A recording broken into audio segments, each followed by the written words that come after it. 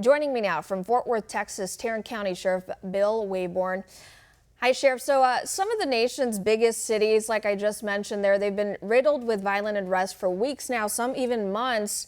And then in some cases, we saw Democrat leaders rejecting the president's help and even accusing him of authoritarianism for sending in federal agents to help restore order. How might this be affecting people living in these cities when it comes to them voting in November? Well, I think the folks that are living in those cities, first, they're in my prayers and my thoughts. This is heartbreaking that we see this on American streets. Is that I think in November, this is going to cause a rejection of this chaos that the other side is causing. And I think that our country and our neighborhoods want rule of law. They want law and order so that they can live in peace and that the businesses can flourish and people can pursue happiness. So I think that's what that we're voting for in November.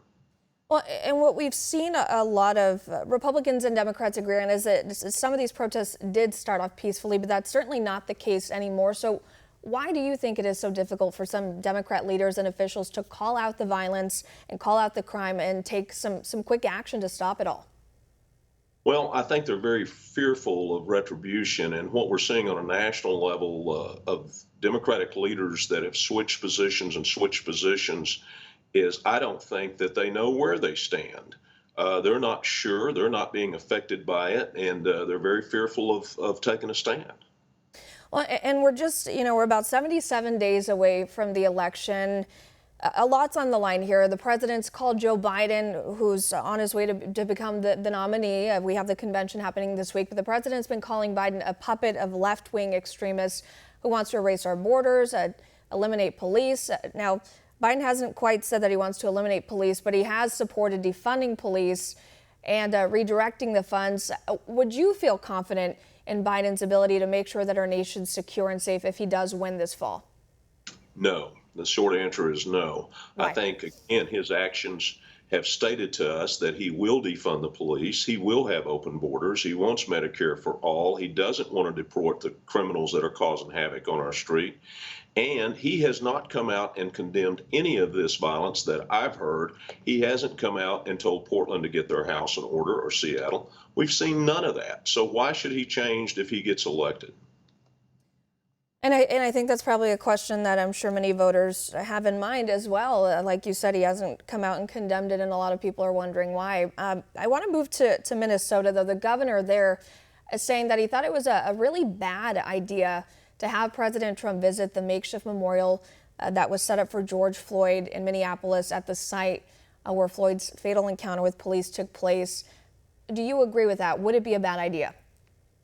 Well, I disagree with the governor there. I think that the president of the United States should be able to show up and have expected civility from the governor, regardless of where the governor stands, and the mayor, regardless of where they stand. And those people have the opportunity to demonstrate that civility by welcoming the president, and the president should be able to go there.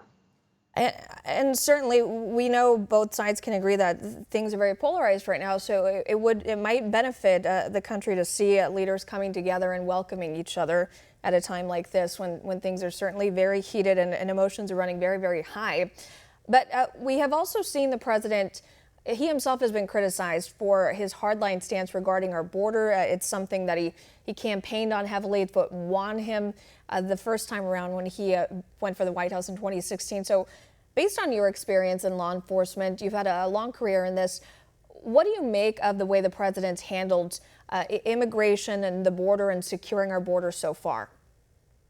He is the only one that has done anything to secure our southern border where, I have seen in my career just in the last 5 years where a gram of methamphetamine has gone from $100 to $20, and it's all Mexican methamphetamines. And it's creating a vacuum in our communities where mental health is out of hand, and a large majority of that's because of drugs. And he sees that, so he has tried to do his best to shut down the flow from our southern border.